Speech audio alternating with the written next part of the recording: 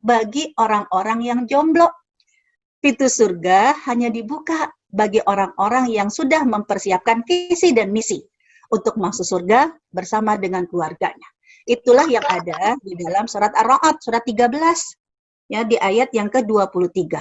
Allah yang menyebutkan Jannatu Aden. Ya, surga Aden.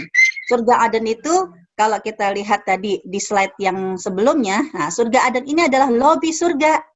Jannatu Aden, surga Aden enggak akan dimasuki kecuali orang-orang yang mansolaha min abaihim. Kumpul dulu, reuni akbar. Ya, mereka akan masuk surga bersama dengan orang-orang yang soleh. Dari bapak-bapaknya, dari pasangannya, kemudian dari anak-anaknya. Berarti Al-Quran mengajarkan kepada kita bahwa dengan keluarga ini adalah ladang amal buat kita untuk bersama-sama masuk ke dalam surga. Dan salah satu cara agar kita bisa lulus menjadikan keluarga sebagai ladang amal dalam surat At-Taubah ayat yang ke-71-72, proyek kebaikan. Dimulailah dari keluarga kita. Wal mu'minuna wal mu'minat, mukmin laki-laki dan mukmin perempuan, sebagian mereka adalah penolong bagi sebagian yang lain, yaitu apa? Ya'muruna bil ma'ruf wa yanhauna 'anil munkar. Dalam rangka amar ma'ruf dan nahi munkar. Wa yuqimunas shalah, mendirikan salat, wa yu'tuna zakat, menunaikan zakat, wa yuti'unallaha wa rasul, dan taat kepada Allah dan Rasul. 4 proyek ini, pilot projectnya adalah di rumah kita. Maka pendidikan yang nanti akan difokuskan bagaimana suksesnya kita sebagai seorang ibu adalah ketika kita membawa suami kita dan anak-anak kita memboyong sampai ke dalam surga. Tidak ada satupun di antara mereka yang masuk neraka atau tertinggal tidak masuk ke dalam surga. Jadi seorang ibu yang sukses adalah yang memboyong keluarganya masuk ke dalam surga. Nah, untuk itulah mari kita lihat, ini tadi sudah, ya, Allah Subhanahu wa taala mengingatkan bahwa proyek inti seorang ibu untuk mempersiapkan masuk ke dalam surga gak jauh-jauh. Adanya di mana? Di rumah kita. Rasulullah SAW bersabda, wal mar'atu, seorang istri, seorang ibu, ra'iyatun fi baiti zawjiha. Dia adalah pemimpin atas rumah suami dan anak-anaknya. Berarti gak akan bergerak kaki kita nanti di akhirat sampai Allah Subhanahu wa taala akan meminta pertanggungjawaban kita. Sejauh mana ya ketaatan kita kepada Allah dengan menjaga suami kita. Ketaatan kita kepada Allah dengan menjaga anak-anak kita, jangan sampai di antara mereka gagal. Tidak ada yang masuk ke dalam surga. Karena Allah menitipkan suami, Allah menitipkan anak-anak, dipercayakan kepada kita. Jadi, ayo mulai hari ini, dengan kondisi WFH, semakin banyak suami di rumah, semakin banyak interaksi anak-anak di rumah, bisa jadi semakin sering berinteraksi, makin sering ada slack, ya, ada gesekan. Jadikan semua itu adalah ladang kebaikan. Ya, yaitu apa? Allah percaya, pokoknya kita melihat model suami kita kayak gimana, karakternya kayak bagaimana, terima aja deh. Kenapa? Karena ya Allah, Engkau percayakan kepada aku. Menitipkan seorang hamba, menitipkan seorang laki-laki menjadi suamiku kepada aku. Karena engkau percaya, bismillah, pandemi corona ini, ya, COVID-19 ini yang membuat WFH, semakin aku bisa berinteraksi kepada suamiku dengan kekurangan dan kelebihan, tolong berikan aku kesabaran dan rasa syukur untuk lulus. Itu yang harus menjadi mindset buat kita. Begitupun yang sekarang ini sekolah pun anak-anak dititipkan kepada kita di rumah. Kalau kita menganggap ini adalah amanah dan Allah percaya kepada kita, maka ayo mau model anaknya bagaimanapun, mau model karakternya seperti apapun, kita punya mindset, ya Allah, Engkau percaya, Engkau titipkan kepadaku anak-anak yang seperti ini. Engkau titipkan kepadaku suami yang model begini. Karena engkau percaya kepadaku ya Allah, maka berikan kemudahan kepadaku untuk lulus. Mendampingi mereka, menjaga akidah mereka, menjaga keimanan mereka, menjaga mereka dari kemaksiatan, mengajak mereka untuk dalam rangka amar ma'ruf nahi mungkar. Maka ya yang harus kita pahami bahwa bismillah. Di Salimah ini kita bersama-sama tidak hanya memikirkan anak kita sendiri, tapi bukankah di Salimah kita pun memikirkan anak peradaban.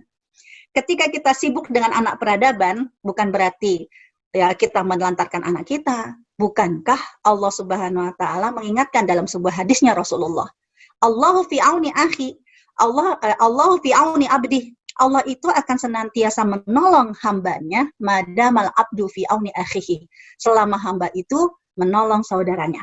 Jadi jangan sampai ketika buat statement seperti ini, akhirnya teman-teman di Salimah malah memikirkan, aduh, mohon maaf, saya tuh lagi sibuk dengan anakku, saya lagi sibuk dengan solidaritas di dalam rumahku.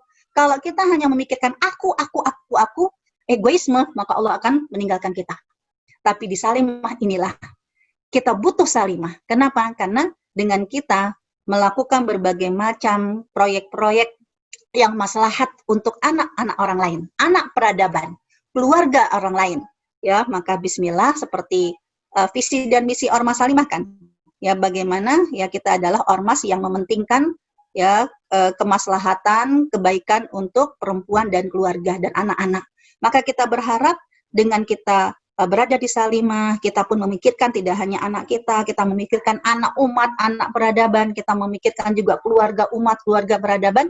Bismillah, Allah Subhanahu wa taala makin dekat dengan kita. Allah Subhanahu wa taala akan semakin menjaga kita, menjaga suami kita, menjaga anak-anak kita. Nah, kita lanjutkan yang berikutnya. Nah, sekarang bagaimanakah ketika kita akan menjadikan suami kita mitra dalam baiti jannati wa baiti madrasati. Rumahku adalah surgaku dan rumahku adalah ya rumah peradaban, rumah pendidikan. Maka setiap suami, setiap istri, ayo. Mohon maaf yang punya bayi bisa di-mute dulu ya. Ininya apa speakernya.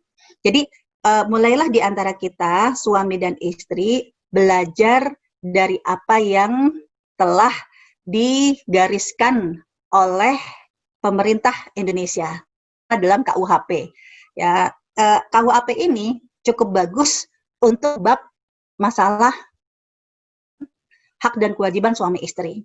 Ya, yaitu menjelaskan tentang apa yang ada dalam surat Al-Baqarah ayat 233, yaitu pasal 80 KUHP perkawinan. Suami adalah pembimbing terhadap istri dan rumah tangga.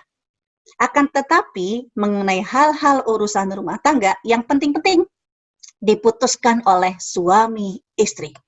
Jadi bagaimana ya kita menginginkan ada sebuah kebaikan di dalam rumah tangga kita, yaitu karakter syuro, karakter komunikasi yang efektif, karakter terbiasa bermusyawarah. Karena memang tidak hanya Al-Quran yang menyuruh, undang-undang pernikahan di Indonesia pun menyuruh hal yang sama.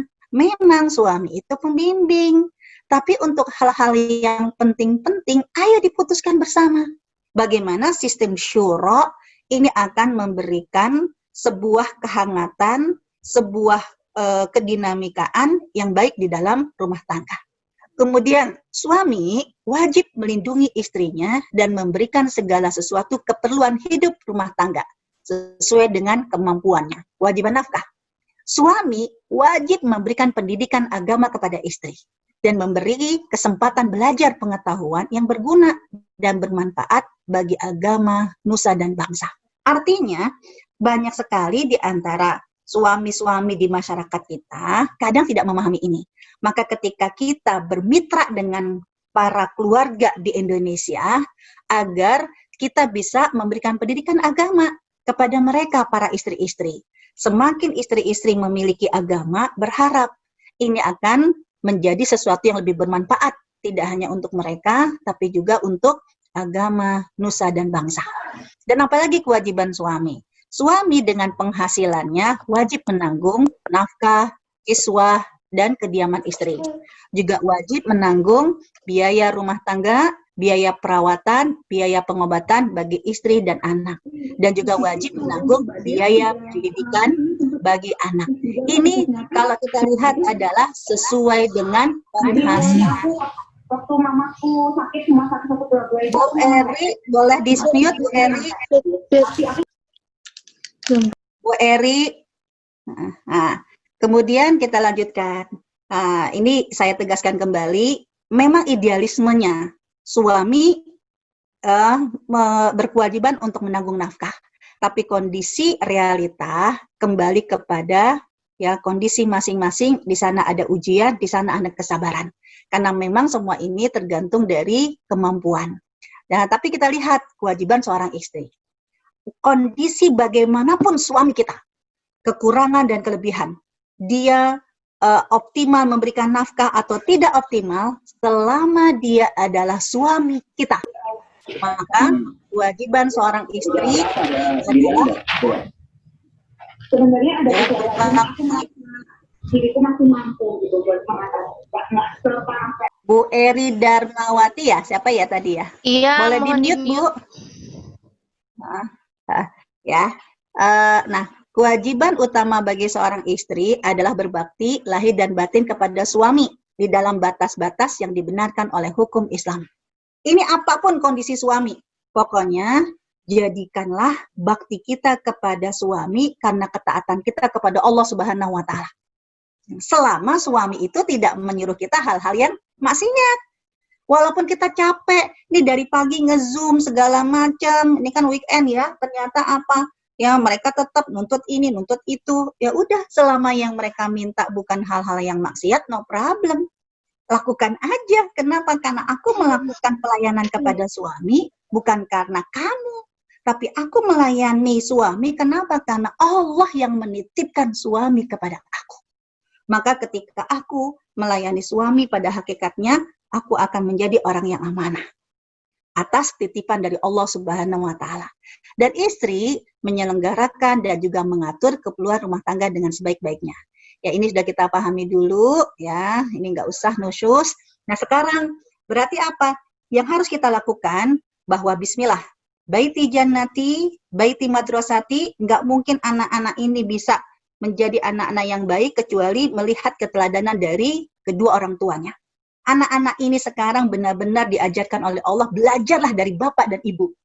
Kalau kemarin bisa jadi sebagian besar waktunya mereka di sekolah, mereka melihat profil guru yang bisa jadi guru itu akan memberikan pelajaran karena memang guru digaji untuk memberikan pendidikan. Tapi ketika di rumah seringkali dulu mereka ada dualisme ya, di rumah di sekolah diajarkan begini, begitu di rumah melihat orang tuanya berbeda. Maka Allah Subhanahu wa Ta'ala ingin merubah semua kebiasaan itu.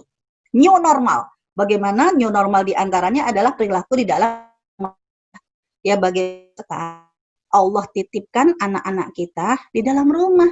Jadi bagaimana guru yang terbaik ya dilihat dari keteladanan perilaku suami dan istri sebagai orang tua mereka. Nah, kemudian ya sekarang kita masuk ke tugas kita kepada seorang ibu. Tadi kan seorang istri. Sekarang tugas kita sebagai seorang ibu.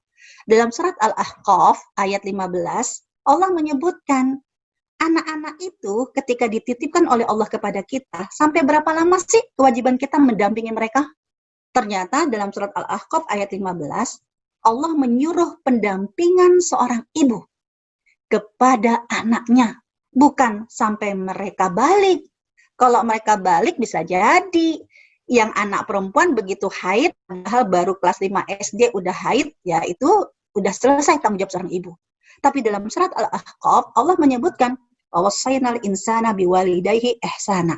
Ya, dimulai dari pendampingan seorang ibu kepada anak dalam kandungan, kemudian ketika lahir sampai proses menyapih, totalnya itu 30 bulan, lalu sampai kapan lagi? Hatta idza balagha, sampai dia balik dan nggak selesai. Hatta idza arba'una sanatan, sampai anak itu berumur 40 tahun. Jadi kalau anak kita sekarang belum ada yang sampai usia 40 tahun, berarti belum selesai tugas kita mendampingi mereka. Pendampingan sampai usia 40 tahun bukan berarti pendampingan membuat anak itu jadi anak mamah. Ya, kemana-mana sama mamah, tidak. Ya, apa yang dimaksud dengan ya pendampingan selama 40 tahun? Mari kita lihat mana ya. Jadi 40 tahun di sini, ya, 40 tahun di sini adalah bagaimana kita mempersiapkan rumah ini adalah rumah yang menjadi kurikulum sekolah pendidikan, sekolah kehidupan bagi anak-anak kita. Walaupun dia berusia 40 tahun, bisa jadi dia seorang ayah yang butuh bagaimana menjadi ayah yang baik. Lihat Rasulullah, lihat para nabi. Yang dimaksud dengan 40 tahun ini bukan pendampingan secara fisik, tapi banyak pendampingan dalam akhlak, pendampingan dalam amar ma'ruf nahi mungkar.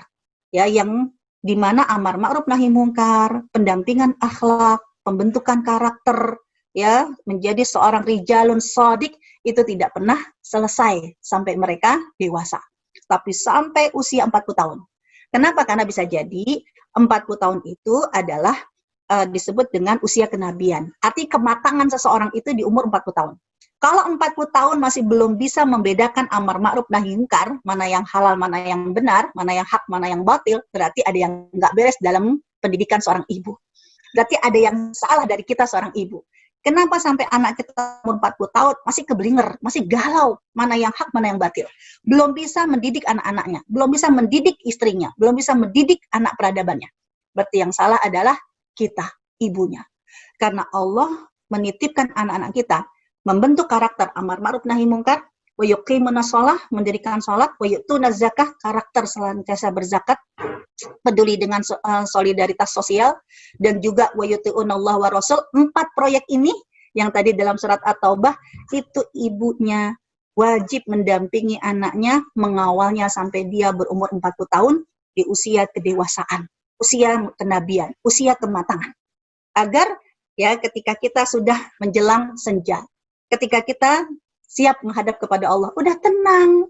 Kenapa? Karena alhamdulillah kita sudah mampu mandiri. Tanpa kita atau dengan kita, mereka akan selalu amar ma'ruf nahi mungkar. Karakter amar ma'ruf nahi mungkar. Karakter dalam masalah mendirikan sholat. Ingat Nabi Ibrahim itu berdoa kepada Allah agar anaknya ini memiliki karakter sholat. Itu kan di kondisi yang sudah tidak muda lagi. Ya, dalam surat Ibrahim, surat 14, ayat 40 dan 41, itu kan doanya Nabi Ibrahim. Rabbi ja'alni muqimas shalah. Ya Allah, tolong jadikan aku orang yang mampu mendirikan sholat.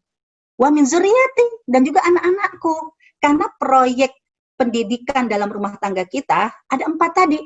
Sejauh mana amar ma'ruf nahi mungkar. Karena ini akan menjadi keteladanan pahala jariah buat kita. Kalau kita meninggalkan generasi, meninggalkan anak-anak yang senantiasa amar ma'ruf nahi mungkar, insya Allah hidup kita tenang. Kenapa? Karena jariah pahala itu akan terus mengalir kepada kita. Kemudian apa tadi? Wa yuqimuna shalah, anak-anak yang senantiasa mendirikan sholat. Ketika dia berumur 40 tahun bisa jadi dia jadi seorang ayah yang sudah punya karakter sholat. Karakter sholat ini tidak hanya untuk dirinya, tapi akan menjadi karakter yang akan dididik untuk istri dan juga anak-anaknya, untuk keluarganya. Ya, kemudian berarti apa? Yang kita perlukan di rumah kita, ayo rumah kita harus menjadi rumah pendidikan terpadu. Ya, sekolah, pesantren itu hanya mitra untuk memudahkan kita mendidik anak sesuai dengan visi dan misi kita. Tapi pada hakikatnya kita harus memiliki ya rumah pendidikan terpadu di dalam rumah kita. Apa saja itu? Ya, misalnya ya kita harus punya pendidikan akidah Islam, pendidikan fikih Islam, pendidikan adab normatif, pendidikan akhlak berkarakter, pendidikan sosial kemasyarakatan, semua itu dimulai dari rumah kita. Ya, Imam Syafi'i itu menjadi ulama besar karena siapa? Ibunya yang mempersiapkan bagaimana menanamkan karakter-karakter ini. Tapi ibunda Imam Syafi'i ketika tidak punya sebuah ilmu-ilmu yang mapan, ya, yang mumpuni, maka dia bermitra dengan kiai ini, dengan kiai ini, dengan kiai ini. Tapi semua kiai-kiai, semua guru, semua sekolah yang kita ajak bermitra, itu yang memang memenuhi keinginan kita ya dalam pendidikan terpadu di dalam rumah kita. Yang berikutnya, karena anak adalah aset buat kita semua. Dan semua itu tergantung dari keteladanan kita. Maka bagaimana peran keluarga, orang tua dengan anak, seperti yang tadi saya sampaikan, pilot project-nya adalah dalam surat At-Taubah ayat 71 dan ayat ke-72. Karena ini akan menjadi proyek jariah yang mendatangkan pahala jariah, akan mengalirkan ilmu yang bermanfaat, dan juga akan meninggalkan kita aset seorang anak yang solih dan solihah. Nah, kemudian ini kenapa saya bilang 40, walaupun kondisinya berbeda dengan PBB. Ya, kalau PBB itu, ya anak itu sampai umur 18 tahun. Kalau di atas umur 18 tahun, ibu masih suka ngatur-ngatur, bisa jadi yang kena delik adalah ibunya. Padahal, membatasi anak itu sampai 18 tahun, ini akan mengakibatkan efek fatal. Kenapa? Karena ketika kejahatan dilakukan oleh di bawah umur 18 tahun, tapi kejam. Seperti dulu di Tangerang itu, ada Enok Cangkul, seorang anak gadis belia, diperkosa dengan remaja seusianya, sampai dibunuh, dan mohon maaf, kelaminnya itu dimasukkan cangkul, dan lihat, ya tidak bisa dihukum. Kenapa? Karena dianggap masih di bawah anak-anak. Padahal umur 13 tahun, 14 tahun di bawah anak-anak, tapi kekejaman mereka udah seperti orang dewasa. Sedangkan Islam ini membedakan. Terbiatul aulad, yang namanya Islam, ya itu membedakan antara waladun dengan tiflun, ya kena sibyun. Kalau disebut dengan waladun tarbiyatul aulad, yang namanya walad tidak terikat oleh usia. Kapanpun selama anak itu adalah darah daging kita, berarti dia adalah anak kita. Dan itulah pendampingannya, Allah menyebutkan dengan tarbiyatul aulad. Ya, tidak terbatas usia, hanya dalam surat Al-Ahqaf. Kenapa? Dikasih barometer sampai 40 tahun. Karena 40 tahun itu menjadi barometer berhasilkah kita sebagai seorang ibu atau tidak berhasil. Lihat, karakter di usia 40 tahun anak kita kayak apa?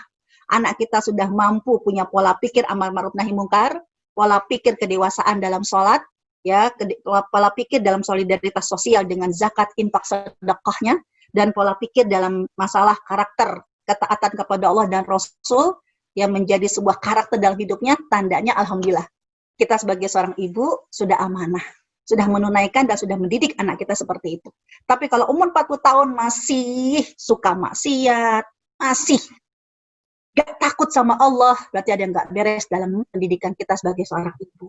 Ya, sedangkan kalau kondisi Islam itu membedakan batas balik itu, ya ada kalau sebelum balik berarti namanya sibyun. Kalau sibyun itu berarti ya anak yang masih kecil.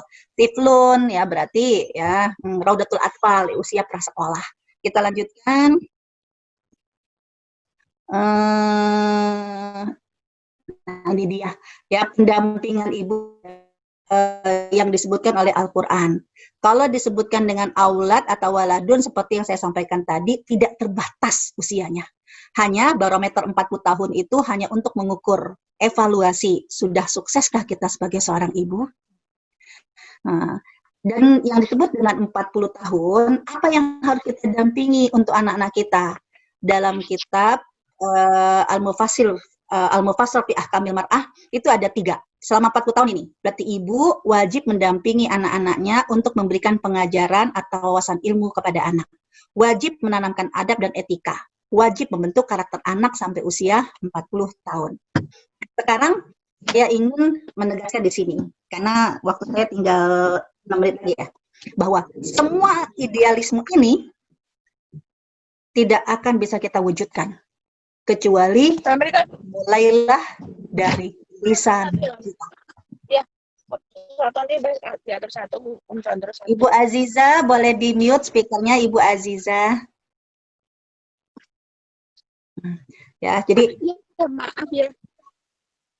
Jadi semua teori-teori ini, semua idealisme ini tergantung dari mulut kita. Jangan sampai teori yang bagus, cita-cita yang bagus, tapi mohon maaf, bertentangan dengan lisan kita. Kita akan menjadikan rumah tangga ini rumah tangga yang barokah, anak-anak kita zuriat yang solihah, berhasil tidak berhasil, tergantung dari lisan kita. Kesuksesan anak-anak kita atau kehancuran anak-anak kita, semua tergantung dari lisan kita. Misalnya, jangan sembarangan ketika dalam kondisi WFH kayak begini, kesabaran kita diuji, akhirnya kita nggak kuat-kuat, lalu kita mengucapkan kata-kata yang kotor kepada anak. Saking keselnya kita bilang sama anak, kamu tuh hari-hari main gadget melulu. Udahlah sekolah gadget, sekarang ibu tidak bisa membedakan lagi. Kamu tuh gadget untuk sekolah, atau gadget untuk main, atau gadget untuk nonton-nonton yang nggak bener. Ini gara-gara kamu gadget, main gadget melulu, bodoh nanti kamu. Dia mengatakan kata-kata seperti itu. Ya, nauzubillah min zalik. Bisa jadi masa depan anak itu jadi bodoh beneran. Loh, kan saya nggak berdoa. Itu kan namanya seorang ibu yang manusiawi lah, kesel sama anak lalu mengucapkan kata-kata yang buruk. Mohon maaf. Lupa. Hancur atau gagalnya keluarga kita, hancur atau gagalnya anak-anak kita, tergantung dari mulut kita. Kenapa? Karena ada 6 penjuru malaikat yang selalu menjaga setiap lisan kita. 6 malaikat ini tidak pernah konfirmasi kita tuh lagi doa atau lagi marah, ya, lagi doa atau lagi guyon. Tidak, tapi 6 penjuru malaikat ini menjaga lisan kita karena mereka positive thinking bahwa kalau orang yang beriman kepada Allah dan hari akhirat, pasti mereka akan menjaga lisannya. Kenapa? Karena 6 malaikat ini diminta oleh Allah untuk menjaga lisan kita dengan tugas masing-masing. Siapa yang pertama? Malaikat dalam surat Qaf. Malaikat Raqibun Atid, malaikat Raqib dan Atid. Malaikat Raqib dan Atid yang di sebelah kanan dan sebelah kiri, tugasnya hanya mencatat. Ibu ini mengatakan kepada anaknya, kamu main gadget melulu maka bodohlah kamu. Terus siapa lagi? Dalam surat ya Ar-Ra'd ayat yang ke-11. Lahu mu'aqibat. Ada malaikat lagi namanya malaikat mu'aqibat. Adanya di mana? Ya, depan dan belakang. Makanya orang tua kita sering mengingatkan, jangan sembarangan ngomong. Nanti malaikat lewat loh. Malaikat ini, malaikat mu'aqibat. Karena malaikat mu'aqibat tugasnya hanya mengaminkan. Kapan dia mengaminkan? Ketika memang sinyal dari langit terbuka bahwa semua kata-kata di bumi akan terangkat menjadi doa. Maka pada saat itu tergantung apa yang kita ucapkan. Kalau pas kita lagi ngomong kepada anak gadis kita, ya yang males karena WFH ini maunya cuma jejet tidur makan. Bisa jadi saking keselnya, kamu nih gimana sih jadi gadis kok males banget, gimana kamu nanti punya jodoh, gimana nanti kamu punya keluarga, gimana nanti kamu punya anak, gimana nanti kamu nikah. Kayak dia ngomong seperti itu, dia nggak sadar. Kalau ternyata pada saat dia ngomong seperti itu, pas pintu langit terbuka, maka malaikat mu'aqibat hanya mengatakan amin. Jadilah anak itu nggak punya jodoh, jadilah anak itu bodoh beneran. Kenapa? Karena kata-kata seorang ibu diaminkan oleh para malaikat. Bukan karena malaikat nakut-nakutin, karena malaikat ini udah positive thinking. Bahwa kita, orang yang beriman kepada Allah dan hari akhirat, tahu ada keberadaan malaikat. Yang malaikat ini sebenarnya karena ingin sesering mungkin mengaminkan kata-kata yang baik. Tapi kita hanyalah yang keceplosan salah terus mengucapkan kata-kata yang salah. Dan nauzubillah min dzalik, ada lagi nih malaikat dalam surat Ad-Dzariyat. Malaikat siapa? Ya.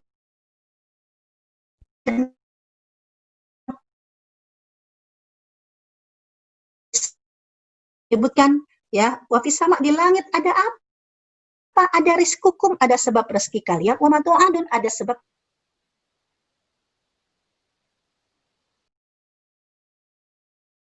kita akan memberikan janji yang Allah tetapkan kepada kita. Mitlama annakum tamtikun, persis seperti apa yang kalian ucapkan. Lagi ngomong kayak begitu, aduh kamu kok jadi gadis males banget, nanti kamu jauh jodoh. Kamu mah main gadget melulu, nanti kamu bodoh.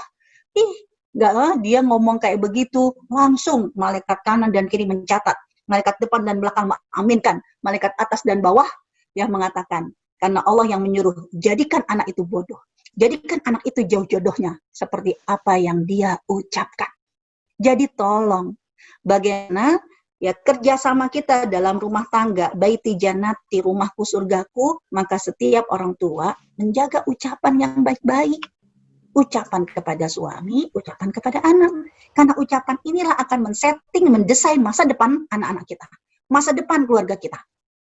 Dan jangan remehkan dengan doa. Kalau kita sering mengucapkan kata-kata yang buruk, berarti apa? Kita harus sesering mungkin mengiringi dengan doa untuk mereka.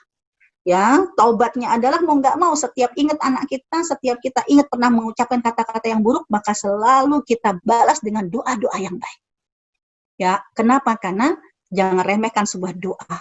Sebab doa itu langsung dalam